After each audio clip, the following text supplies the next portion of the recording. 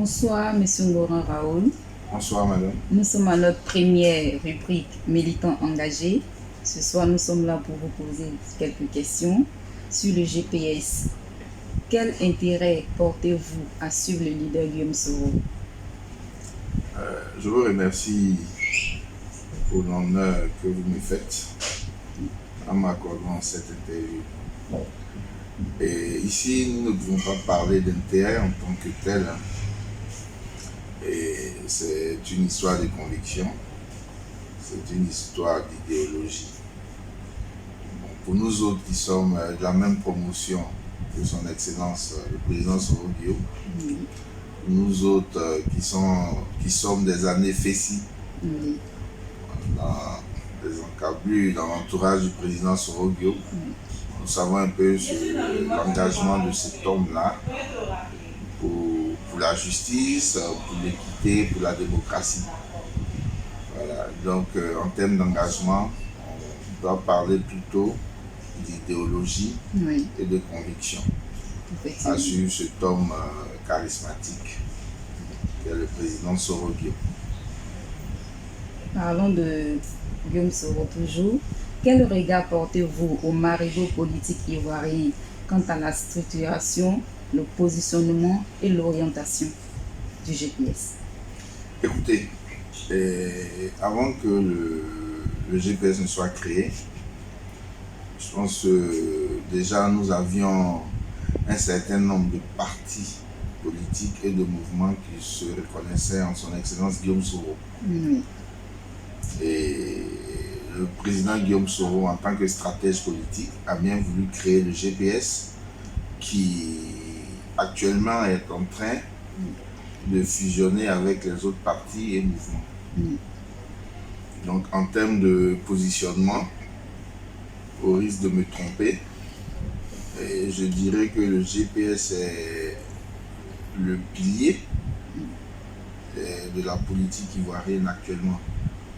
Parce que le GPS, à travers les prises de position du président Soro Guillaume, est resté constant depuis les élections présidentielles jusqu'aux législatives. Nous sommes restés dans une constance. En termes de structuration, il y a des réflexions qui ont été menées. Le comité scientifique est en train de travailler pour permettre d'asseoir une base légale à cette fusion qui est en cours. Permettre à toutes les entités, soit le RGPS, que ce soit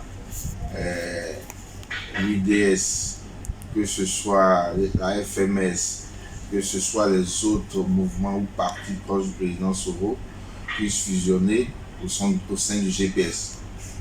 Donc il y a des réflexions qui sont en train d'être menées et je pense que très bientôt, ces choses-là seront rendues publiques.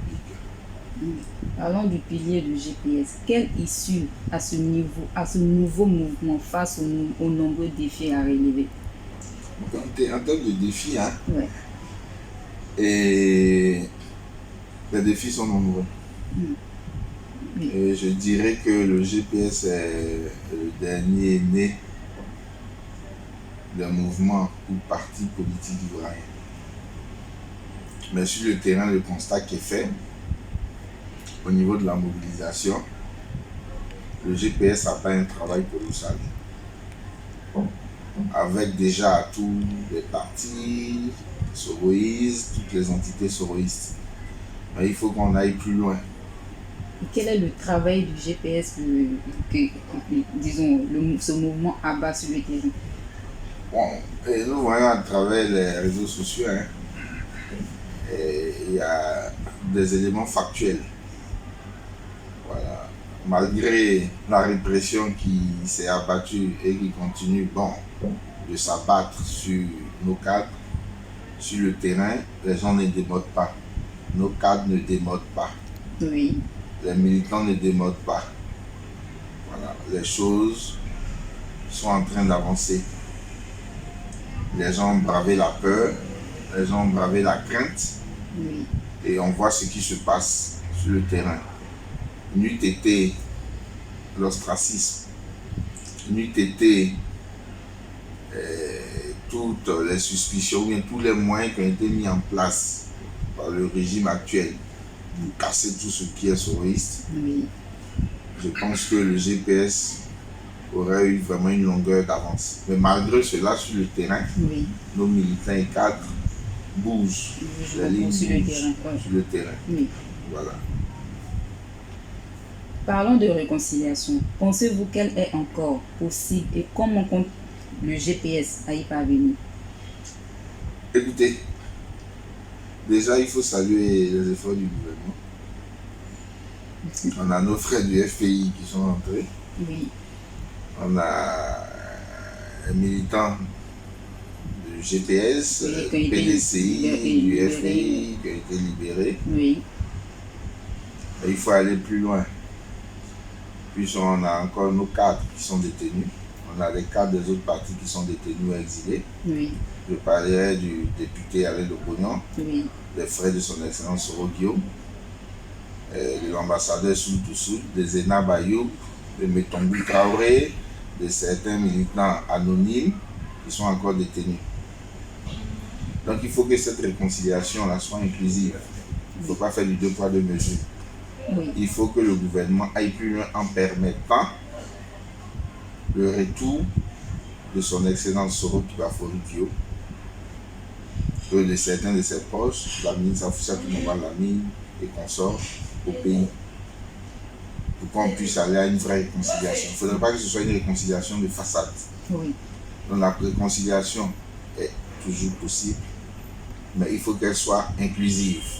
Il faut qu'elle prenne en compte tous les enfants de la Côte d'Ivoire qui sont détenus ou exilés. D'une façon générale, quel regard porte la population sur le GPS? Écoutez, à ce niveau-là, je dirais qu'il y a encore un travail à faire. Voilà. Comme je l'ai dit, les gens sont un peu encore dans une sorte de... Pour caricaturer, je dirais qu'ils sont dans une sorte de méfiance. Voilà. Ils sont dans une sorte de méfiance. Et puis il faut dire qu'aussi, l'histoire récente de la Côte d'Ivoire, dans notre histoire récente, il y a eu la crise post-électorale. Voilà. Donc aujourd'hui, et tous les acteurs majeurs de la crise, là, de cette crise-là, 10 ans après, voilà, il faut ajouter 10 ans sur leur âge. Oui. Voilà. Et la crise a laissé des séquelles. Oui. Voilà. Donc au niveau de la population, il y a un autre travail à faire de sensibilisation. Et ce travail-là, je pense que les cadres GPS ont réussi à le faire, que ce soit les cadres du GPS, que ce soit les cadres du RGPS, que ce soit les cadres des autres mouvements, que ce soit les cyberactivistes, que ce soit, voilà. Ils sont en train de faire ce travail-là. Mais il faut que ces personnes-là aussi soient soutenues. Vraiment. Voilà. Surtout la jeunesse du GPS. Oui. Surtout cette jeunesse qui, chaque jour, Se bat à longueur de se bat, voilà, au péril de leur vie. Oui. Il faut que cette jeunesse-là soit soutenue. Oui. Et aujourd'hui, notre credo, ça je le dis, comme vous me donnez l'occasion de le faire, et notre combat, c'est que cette jeunesse-là ne soit pas laissée pour compte. Et je pense que le président Soro Guillaume, il en fait son cheval de bataille. Voilà, c'est ce que je veux dire. Merci, M. Ngoan Raoul, pour votre petit temps que vous nous avez accordé ce soir. Merci pour tout. Si vous avez un mot de fin pour notre leader générationnel, et comme profitez aussi pour son anniversaire. Écoutez, Oui. le 8 mai, à notre sens, nous qui nous réclamons du président Soro Guillaume, une date, comme je dirais, une date remarquable, une date, et je ne vais pas faire de comparaison, mais c'est un peu divin pour nous. Voilà. Donc, le 8 mai, célébrer une personnalité d'envergure, l'un de ces Africains là qui a marqué sa génération depuis les années 90, depuis le syndicalisme au sein de la FESI. Oui. voilà, jusqu'à la primature, machin, et puis bon, jusqu'à l'Assemblée nationale. Oui. C'est voilà, notre leader générationnel, celui en qui nous nous reconnaissons. Donc j'anticipe pour lui souhaiter joyeux anniversaire, demander à Dieu de continuer à le protéger, demander à Dieu de continuer à l'élever. Et si vous suivez l'histoire de la Côte d'Ivoire ou du monde entier, son Excellence Soro Guillaume a le parcours, c'est-à-dire le parcours que tous les présidents des chefs d'État ont fait. Il a ce même parcours-là. Aujourd'hui, il a été Premier ministre, président de l'Assemblée nationale. Et tout ça, c'est divin. Donc je demande à Dieu de le soutenir dans ce combat que nous menons. Je demande à Dieu aussi de nous donner la force, de l'aider, de le soutenir. Je lui souhaite joyeux anniversaire et que Dieu le comble de toute grâce. Amen. Merci, M. Ngom. Merci, madame. Bonne soirée à vous. Merci, à bientôt.